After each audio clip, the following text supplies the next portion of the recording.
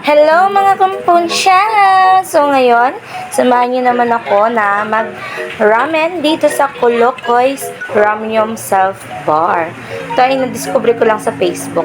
Hindi po ito sponsored. So tara, tour ko po kayo. Let's go!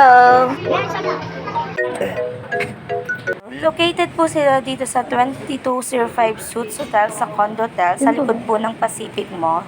Doon po sila matatagpuan.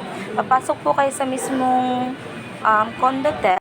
Pagpasok niyo po, pipili po muna kayo ng ramen na gusto niyo. Depende po sa gusto niyo kung may sabaw o wala. Marami po silang choices. May mga drinks din po sila. May soju. And may laruan din po sila like billiard, ice hockey, and PS5. Which is i-rent nyo lang po ng 150 per hour. Na nga, nagpili na nga sila ng toppings na gusto nila. So, yung anak ko ang pinapili ko kasi siya lang naman talagang mahilig mag-ramen sa amin. So, nag-ano pa yan, nagkalkal pa yan ng alkansya niya para makabili siya dyan sa Ramyun Bar na yan.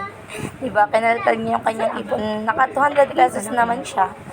Pero 400 lang ipon niya, 200 lang yung pinaka ko sa kanya kasi para may matira naman sa kanya if ever may gusto pa siyang bili. Ang price pala ng mga ramen dito is mag-i-start siya ng 60 pesos pataas.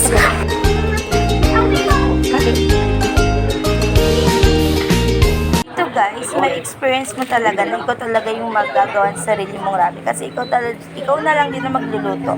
Meron silang automatic na lutuan. Pipindutin mo lang kung soup base or stir fry, tas magkukusa na siya maluto. Maghintay na lang kayo na hanggang mag-zero siya, and then okay na siya, pwede na siyang kainin.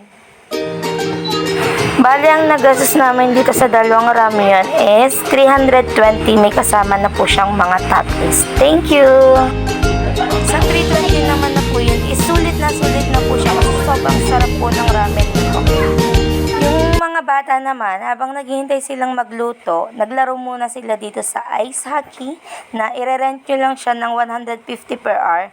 Ma-enjoy nyo na siya ng 1 hour. Pwede kayong maglaro as a family or pwede nyo paglaruin lang yung mga bata. Tas kayo, nagre-ready kayo ng inyong ramen. O diba, ang saya-saya. Ang napakaganda ng setup nila na may laruan, tas may kainan, tas nakaka-relax pa yung place niya mismo, which is air-conditioned siya and fully furnished po siya. Maganda po yung pinakang ambience niya sa loob.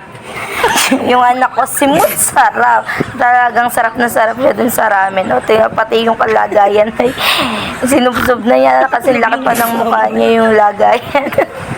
O, diba, saya-saya na satisfy yung anak ko. Pati yung anak kong babae, hindi yan nakain ng ramen, pero tignan nyo, kumain siya. Hinihintay nyo guys, visit nyo na sila. Ito yung page nila. Pwede nyo po sila munang i-message para malaman nyo po yung, para magka-idea po kayo kung ano yung mga inclusions ng kanilang restaurant. So, bye-bye! Sana ma-visit nyo po sila. Thank you!